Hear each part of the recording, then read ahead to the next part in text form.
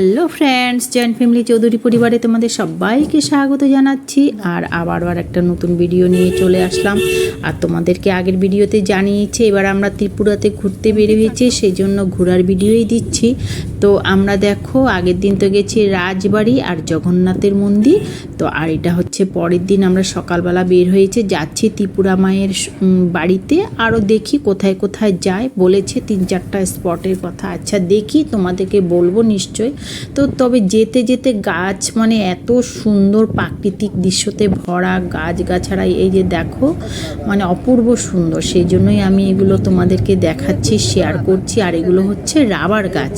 তো রাবার গাছের থেকে রাবারও বের হচ্ছে, দেখতে পেলাম একটা বাটি বসানো আছে। ড্রাইভারও আমাদেরকে বুঝিয়ে দিচ্ছে এগুলোর থেকে রস বের হয়, রাবার হয়। ত্রিপুরাতে নাকি রাবার গাছের উৎপাদনই বেশি। আর হ্যাঁ, তোমাদেরকে আবারও বলছি, হয়তো ত্রিপুরা জায়গাটা খুবই ছোট, কিন্তু ছোট হলেও কিন্তু প্রাকৃতিক দৃশ্য এত সুন্দর, খুবই সুন্দর, মানে দুর্দান্ত। আর ছোটো মোটো জায়গা হলে কি হবে, খুব সুন্দর সুন্দর জিনিস আছে দেখার মতন। শুধু যে বড় জায়গায় গেলে ভালো ভালো জিনিস দেখতে পাবো তা না, নিশ্চয়ই আছে বড় জায়গায় ভালো ভালো জিনিস, কিন্তু এটা ছোট শহর হলেও কিন্তু দেখতে সত্যি খুবই সুন্দর। তো আমরা দেখতে দেখতে চলে এলাম মায়ের মন্দিরে। তো এখানে একটা বিশাল বড় ঝিল আছে। আমরা একটা দোকানে জুতো টুতো রেখে সুন্দর করে আমরা প্রসাদ টসাদ নিয়ে ঝিলে চলে আসলাম। এখানে কিন্তু ঝিলে মাছ, কাছি মাছে বিস্কুটও পাওয়া যায় মাছদেরকে দেওয়ার জন্য। তো আমরা ওখান থেকে কিনে নিলাম, কিনে আমরা ঝিলটার মধ্যে চলে আসলাম। হাত পাও ধোবো আর মাছগুলো আমরা দেখব।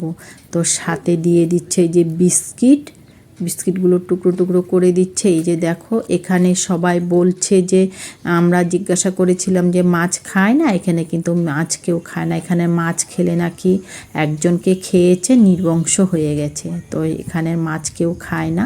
তো যাই হোক, এগুলো শুনতে শুনতে আমরা এসেই পড়লাম ত্রিপুরা সুন্দরী মায়ের মন্দিরে। এই যে আমরা লাইন হয়ে দাঁড়িয়ে আছি, অনেকে কাপড় কিনেছে যে যেরকম পারে। আমরা তো ওড়না কিনেছি, প্রসাদ কিনেছি, মালা কিনেছি। আর শাড়ি দিলে নাকি আবার কুপন কাটতে হয়, সামনে একটা অফিস আছে, ওখানে কাটতে হয়।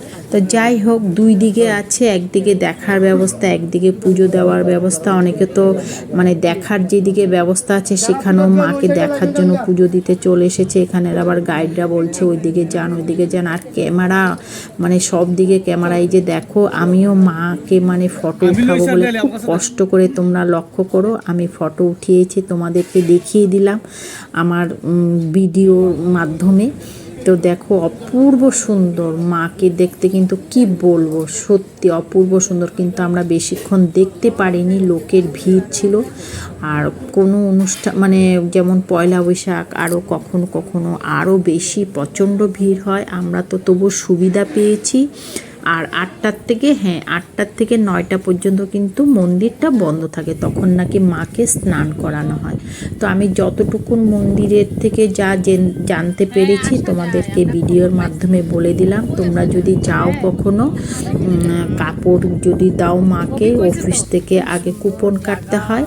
আর যখন বাটা দেবে তখন কিন্তু তোমাদের নাম গোত্রটাও সাথে দিয়ে দিবে, যেটা নাকি আমাদের ভুল হয়ে গেছিলো, কারণ আমরা জানতে পারিনি। সেই জন্য কিন্তু আমরা নামটা গোত্রটা পণ্ডিত মশাইকে দিতে পারিনি, আমরা নিজেরাই বলে প্রণাম করেছিলাম। তো যাই হোক, সেটা তোমাদেরকে পূজার আমার ভিডিওর মাধ্যমে বলে দিলাম। তারপরে মাকে দেখার পর আমরা আবার গাড়িতে চেপে বসছি। আবারও দেখো কি সুন্দর প্রাকৃতিক দৃশ্য দেখতে দেখতে আমরা আবার বেরিয়ে পড়লাম। এবার যাব নির্মহাল। তো আমি এখানে একটা দেখো রাজবাড়ির মতন দেখতে পেয়ে ভেবেছিলাম এটা বোধহয় নির্মহাল হবে না, এটা হলো একটা স্টেশন, রেল স্টেশন, খুবই সুন্দর। তারপরে ভাবলাম হয়তো ব্রিটিশরা বানিয়ে গেছে। তো যাই হোক, তোমাদেরকে এটাও দেখিয়ে দিচ্ছি।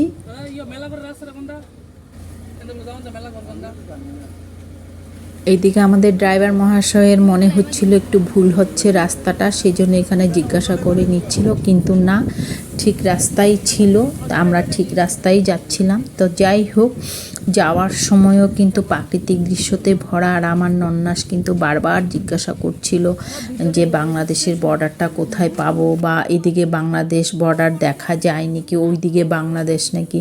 আর ড্রাইভারও কিন্তু খুব সুন্দর করে বুঝিয়ে দিচ্ছিল, বলে কি হ্যাঁ এদিক দিয়ে যাওয়া যায়, ওই দিক দিয়ে যাওয়া যায়, সামনে কাছেই বাংলাদেশ। তো যাই হোক, এগুলো বলা বলি করতে করতে আমরা নীরমহলের সামনে চলেই আসলাম। সেখানে বিক্রি করছিল একটা ছোট্ট বাচ্চা ছেলের ডাব। তো আমরা সকাল থেকে খালি পেট ছিলাম, তারপরে তেমন কিছু খাইনি, ওইদিকে খাবো সেইদিকে খাবো করে করে একটু চা বিস্কিট খেয়েছিলাম। তো এখন একটু ডাব খেয়ে নিচ্ছি, ডাবটা খেয়ে বেশ ভালোই লাগছিল। আর এইদিকে আমরা আমাদের নৌকোতে যেতে হবে, 40 জন না হলে নেবে না, 40 টাকা করে বোধহয় পার হেড একজন করে নেবে। তো আমরা সেই আশায় বসেছিলাম, 40 জন না হলে নেবে না। কিন্তু এখানে বেশ ছোট বড় অনেকগুলোই নৌকো ছিল। তারপর অনেকক্ষণ বসার পর আমার নন্না সেই যে আমরা নিয়ে এসেছিল, এটা বলে বিদেশি আমরা, সেই ছোটোবেলায় আমরা খেয়েছিলাম, আমাদের দেশেরগুলো খুবই টক। তো যাই হোক, আমার নন্নাস বলে খাও ভালোই লাগবে, বেশি টক নেই। তো বসে বসে আমরা এগুলো মজা করছিলাম, খাচ্ছিলাম। এইদিকে আরেক পার্টি এসে বলছিল যে আমরা এতক্ষণ বসে থাকবো না, 20 জন কি নেবে? তো নৌকারা বলছিল যে নৌকার লোক হ্যাঁ হ্যাঁ নেব, টাকাটা একটু বেশি। তো যাই হোক, তোমরাও এইভাবে গেলে যেতে পারবে, কম লোকও যায়, টাকাটা একটু বেশি পড়ে।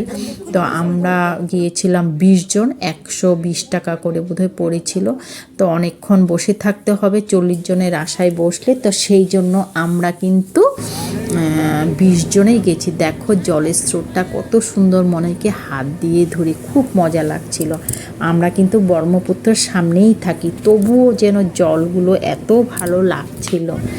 তো যাই হোক, আমরা খুব এনজয় করে যাচ্ছিলাম, আর সবাই সুন্দর করে ফটো উঠাচ্ছিল। আমিও উঠিয়েছি, কিন্তু আমি তো ভালো উঠাতে পারি না, সেই জন্য কিন্তু আমি ভালোভাবে তোমাদের দেখাতে পারছি না। আমি যতটুকুনি পেরেছি ততটুকুনি দেখাচ্ছি। তো দেখো নীরমহলটা দূর থেকে দেখাচ্ছে। আমি পরবর্তীতে কিন্তু আবারও দেখাবো তোমাদেরকে নীরমহলের ভিডিওটা। আজকে এতটুকুনি রাখবো। তো যাই হোক, তোমাদের ভালো লাগলে একটা লাইক কমেন্ট শেয়ার করে দিও। আর নতুন বন্ধু যদি কেউ দেখে থাকো, যদি তোমাদের ভালো লেগে থাকে, একটা সাবস্ক্রাইব করে দিও। তো আজকে আমার ভিডিওটা কেমন লাগলো নিশ্চয়ই কমেন্ট করে জানাবে। আজকে এতটুকুনি রাখছি, টাটা বাই।